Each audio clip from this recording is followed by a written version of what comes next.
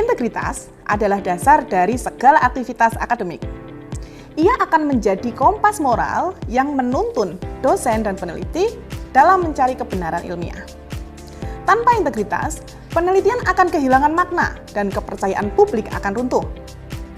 Bapak Ibu peserta pekerti, pada video ini kita akan menelusuri 3 hal penting yang menjadi dasar dari etika penelitian, yaitu FFP, proses ethical clearance, dan bagaimana kita bersikap terhadap kemajuan teknologi, termasuk penggunaan AI secara etis.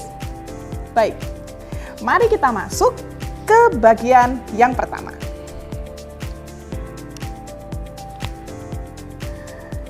Terdapat 3 dosa besar dalam penelitian yang dikenal sebagai FFP, yaitu fabrication, falsification, dan plagiarism.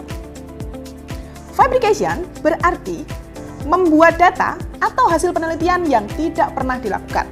Misalnya, mengisi lembar observasi yang tidak pernah terjadi. Sedangkan falsification terjadi ketika peneliti mengubah atau memanipulasi data agar sesuai dengan hipotesis.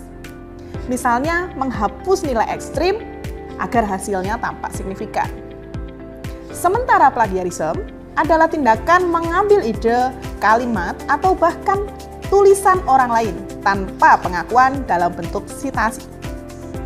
Ketiganya sama-sama berbahayanya karena merusak integritas ilmu pengetahuan dan menodai kepercayaan masyarakat terhadap akademisi. Dosen peneliti sejati adalah mereka yang berani jujur, bahkan ketika hasil penelitian tidak sesuai harapan. Nah, Bapak Ibu, sekarang mari kita berhenti sejenak dan refleksikan. Dari ketiga pelanggaran FFP ini, mana yang menurut Bapak Ibu sering terjadi tanpa disadari di dunia akademik? Pause video ini untuk merenungkan jawabannya. Oke, mari kita lanjutkan ke bagian yang kedua. Menjaga integritas tidak hanya berhenti pada kejujuran data. Ia juga mencakup bagaimana kita memperlakukan subjek penelitian.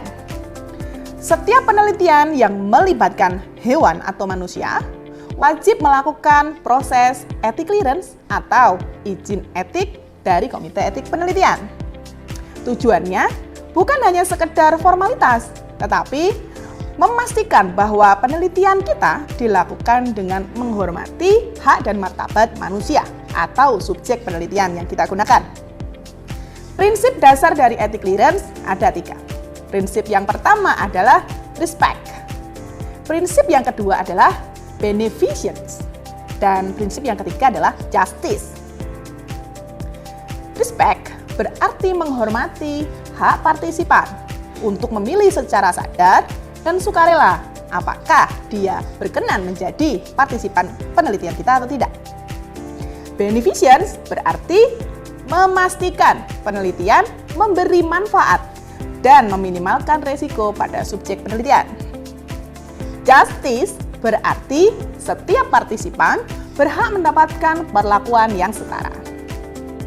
Nah, Bapak Ibu, sebagai dosen, kita perlu menanamkan nilai-nilai ini kepada setiap mahasiswa bimbingan kita. Mengajarkan kepada mereka tentang ethical clearance bukan hanya sekedar stempel wajib, tetapi wujud penghormatan kita terhadap kemanusiaan dalam penelitian.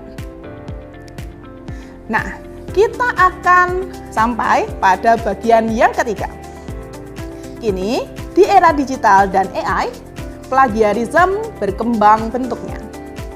Tidak hanya menyalin teks, tetapi juga ide, struktur tulisan, bahkan gambar yang dibuat oleh mesin tanpa menyebutkan sumbernya. Penggunaan AI seperti generatif AI yang selama ini kita pakai sehari-hari dapat membantu peneliti dalam menyusun ide. Tetapi kita wajib menggunakannya secara bijak dengan cara melakukan verifikasi, mengutip, dan tidak menyerahkan tanggung jawab berpikir kepada mesin. Etika ilmiah menuntut kita menjadi thinker, bukan hanya user. Bapak Ibu, mari sekarang kita pikirkan, apakah boleh menggunakan AI untuk membantu menulis proposal penelitian? Pause video ini, lalu pilih jawaban yang paling sesuai dengan prinsip integritas Anda. Integritas bukan hanya sekedar kata, tetapi tindakan nyata. Ia hidup dengan cara kita menulis, meneliti, dan membimbing mahasiswa. Menjadi dosen peneliti yang beretika berarti berani jujur, adil, dan bertanggung jawab bahkan ketika tidak ada yang melihat. Oleh karena itu, Bapak Ibu semuanya, mari kita jadikan integrity first bukan hanya semboyan, tetapi nafas dalam setiap karya kita. Terima kasih telah mengikuti video pembelajaran ini. Silahkan lanjutkan pada sesi berikutnya.